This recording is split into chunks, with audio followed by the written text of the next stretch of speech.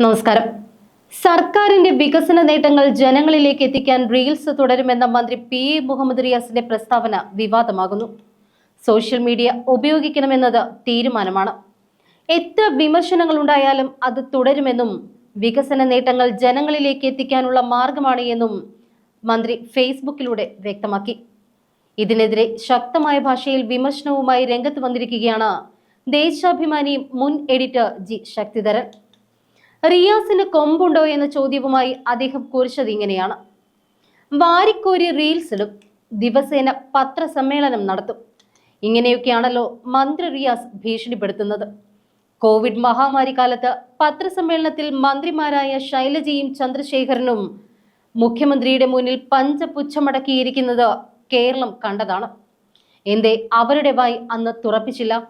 മരുമകന് മാത്രം എന്തേ ഇപ്പോൾ കൊമ്പുണ്ടോ? ഇത് രാജഭരണമാണോ? പ്രതിപക്ഷത്തിന് നാവിറങ്ങിപ്പോയോ? റിയാസിനെ ഭയമാണോ? പോക്കണക്കെട്ട പ്രതിപക്ഷമാണ് എന്നും ശക്തിധരൻ പറയുന്നു. ദേശീയപാത പൊളിഞ്ഞു പോകുമെന്ന് കരുതരുത് എന്നാണ് മുഖ്യമന്ത്രി ഇന്നലെ തിരുവനന്തപുരത്ത് വെച്ച് പ്രസംഗിച്ചത്. ഒന്നും അറിയില്ല എന്ന് തലേ ദിവസം പറഞ്ഞത് പൊളിയാണോ? ഹൈക്കോടതി പറയുന്നത് സ്ഥിതി അതീവ ഗുരുതരമെന്നും. ഏതാണ് ഞങ്ങൾ വിശ്വസിക്കേണ്ടത്? മുഖ്യമന്ത്രി അന്ന് മന്ത്രി ശൈലജയിൽ നിന്ന് റാഞ്ചി എടുത്തതല്ലേ അക്കാലത്തെ പത്രസമ്മേളനം?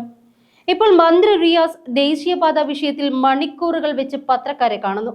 മുഖ്യമന്ത്രിക്ക് പരാതിയേയില്ല, മരുമകനല്ലേ, ഷൈൻ ചെയ്യട്ടെ എന്നങ്ങ് കരുതും. ഉളുപ്പില്ലേ മുഖ്യമന്ത്രി?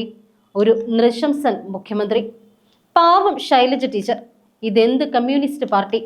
ഒരു ബഹുനില സൗധം പാർട്ടിക്ക് സമ്മാനിച്ചാൽ ചുവന്ന കൊടി തരും, ഒപ്പം ക്ഷയിക്കാൻ തോഴിമാരെ തരും, 40 കാറിന്റെ അകമ്പടി കിട്ടും, പറക്കാൻ ഹെലികോപ്റ്റർ കാത്തു കിടക്കും, ഏത് കേസും നീട്ടി നീട്ടി കിട്ടും. അടുത്തൂൺ പറ്റിയാലും വായിൽ കൂടി ട്യൂബ് ഇടാമെങ്കിൽ ജഡ്ജിക്കും അന്നം കിട്ടും.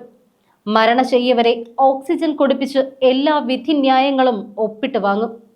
സഖാക്കളെ, ഒന്ന് ഛർദ്ദിക്കാൻ വരുന്നു, അതോ ചെപ്പക്കുറ്റി നോക്കി ഒരു വീക്ക് കൊടുക്കാനാണോ തോന്നുന്നത് എന്നും അദ്ദേഹം ചോദിച്ചു. അതേസമയം ദേശീയപാത 66 നിർമ്മാണത്തിനിടെ തകർന്ന സംഭവം ദൗർഭാഗ്യകരമാണ് എന്നും ദേശീയപാത അതോറിറ്റി അന്വേഷണം നടത്തി എന്താണ് സംഭവിച്ചത് എന്ന് കണ്ടെത്തണമെന്നുമാണ് മുഹമ്മദ് റിയാസിന്റെ പ്രതികരണം.